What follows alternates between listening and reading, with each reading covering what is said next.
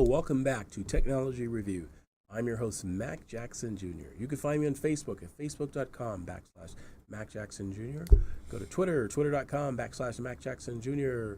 Or go to my website, macjacksonjr.com, for information on cybersecurity and identity theft, how to protect your family, your friends, your business from the fastest growing crime of the 21st century. Let me tell you, in this segment, we're going to talk about electronics, right? Anything dealing with e-bikes, e-cars, that means electric vehicles, electric cars, electric bikes.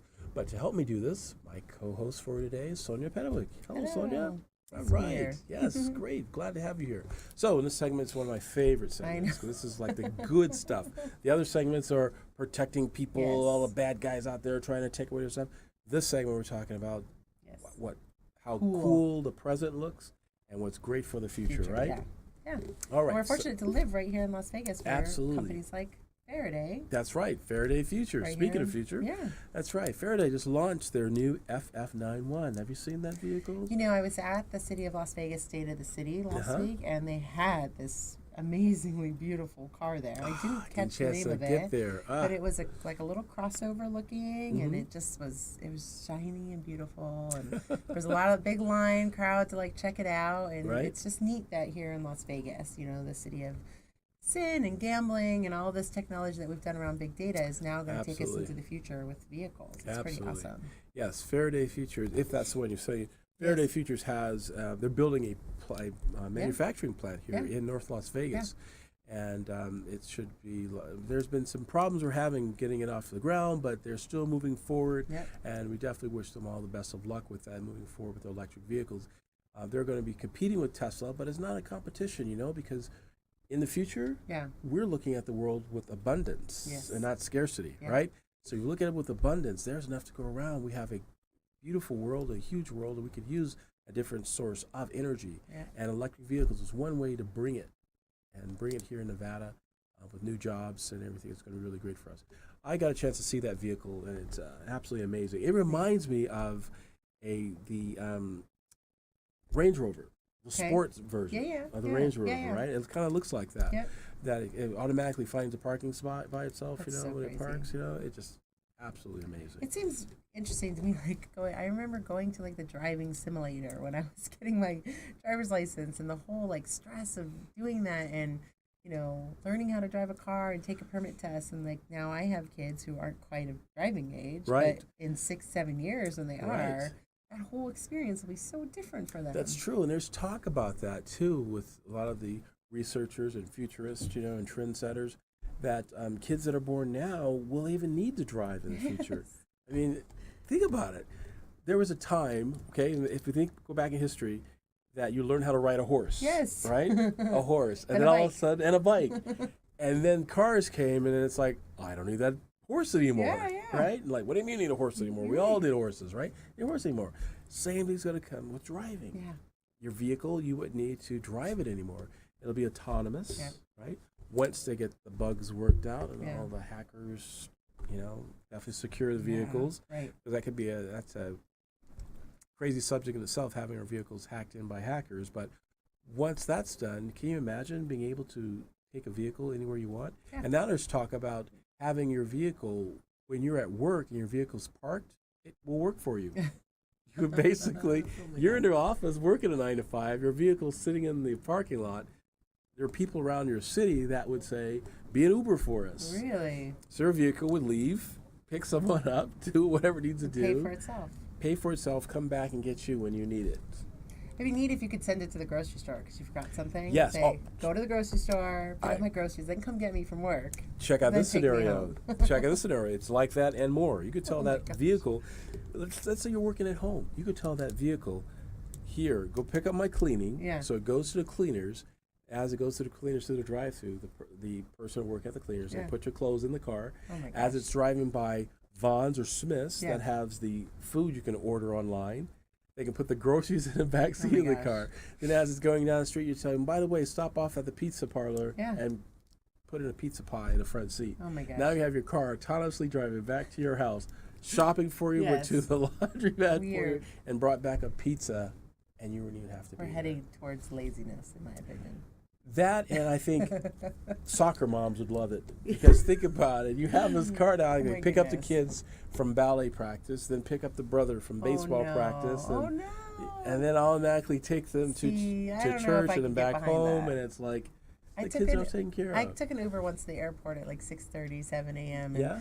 The guy was at my house, like, look at, he split my live right between some elementary schools, and I had said, like, gosh, you got here so fast. He's like, oh, I just did my normal elementary school run, and I was, what? And he's like, yeah, I have a few moms who I pick their kids up and take them to elementary school. Oh, that's weird. Yeah, that would be hard to do. Yeah, that would be hard to do for a stranger with the kids out. That'd be too. That's not happening. That's strange, dude. But people are willing now to put their kids in a driverless vehicle. That'd be even stranger. I can't bring myself. Yeah, even they're talking like having cameras in the cars, so you could actually talk to your children, while they're in transport. Give them their spelling test on the way to school. Yeah, and you're at home, hair and curlers, having your coffee, going, oh, good, I don't have to worry about taking them, and they're watching them on your laptop as your kids are being driven to school by an autonomous vehicle with no one in it, and you're talking to the kids right as they're coloring and doing whatever. That's just an amazing world we will live in, right? That's crazy. I don't know if I'm excited for that. I've heard stories of parents going through a divorce split, that the autonomous vehicles would be excellent in child custody cases, right? Interact. That's right. No interaction. You just put together a backpack, you go into your mother's. The vehicle goes. Let your mother deal with you. Yeah, vehicle goes. You don't have to worry about park in front of the house of some other guy coming outside. You have to see him, right? Yeah. Don't have to worry about that. All taken care of. That'll be happening. Yes, all the autonomous vehicles. But so are you leaning now more towards a Faraday or a Tesla? I've gotten a lot of emails from people asking me that question. Because you are way Tesla. Yes, I still am way Tesla. Although Faraday is very, very sexy and it looks very, very good. Yeah. There's still some bugs that need worked out on it. There's still some bugs. I saw a few things in that demonstration they did that were kind of weird to get it to work. But they need to work out the bugs. Once they work out the bugs, it'll be an excellent vehicle. Sure. But yes, for right now, the Tesla is definitely my dream car, and I'm saving up my pennies. Yes, my bank now has about $3 more in it. Yeah. So when I get up to $95,000, then I'll go out there and buy one and order one. But yes, I will be getting a Tesla. Absolutely beautiful car. Yeah, I already have the color picked out and the calibers and the look and everything. Yeah, by the time I'm ready for it, they'll have ones that you can fly in. Oh my gosh. See, then we won't have to learn how to do cars. We'll have like hover vehicles. That's right, hover vehicles. Oh, it's crazy. Speaking of that, I also posted an article on Facebook and LinkedIn of a new ambulance that's a drone-style ambulance that seats one individual, the tech, the medic, and it has room for the patient. Wow. And it can fly in areas that normally cannot reach by vehicles or highways, right? And this drone could do it. That is absolutely. Because there are some times where there's massive pileups and emergency especially vehicles can't get through. Yeah, emergency vehicles can't get through, and you have this drone that can fly down, put the patient in with the medic, and take off. Oh my gosh. Incredible stuff. Yes, we are definitely moving towards the future. The future's here, future's now. And one more thing I want to talk about, too, is IoT real quick. IoT, folks, if you don't know about it, as I used to say in the hood, you better ask somebody about it. IoT, the Internet of Things. Yep. The researchers have predicted that by the year 2020, there'll be over 20 billion IP addresses worldwide. Wow. 20 billion IP addresses, all these interconnections between devices, starting with your home from your security system. Again, folks, think where the bottleneck is. Yeah. The router. Yeah. That's why your passphrase is very important to understand how that works. Sure. All these devices in your house that are by third-party vendors talking to each other, right? And they need to be secured, and you need to understand how to use them. But definitely follow us on the show. You'll learn more about how to do that. It's pretty good this week, huh? Look how fast it goes by so fast. Went by really fast here. Tell the audience how to find you again, Sonia. So we are at Taurean Consulting. That's TAUREAN Consulting.net. You can call us at 702-529-0378. Absolutely. And to find out more about cybersecurity within your organization, you'd like to come speak for your organization, your corporate events, please contact my office at 702-868-0808, or go to my website, macjacksonjr.com, find out more information on how to protect your business from identity theft and cybercrime.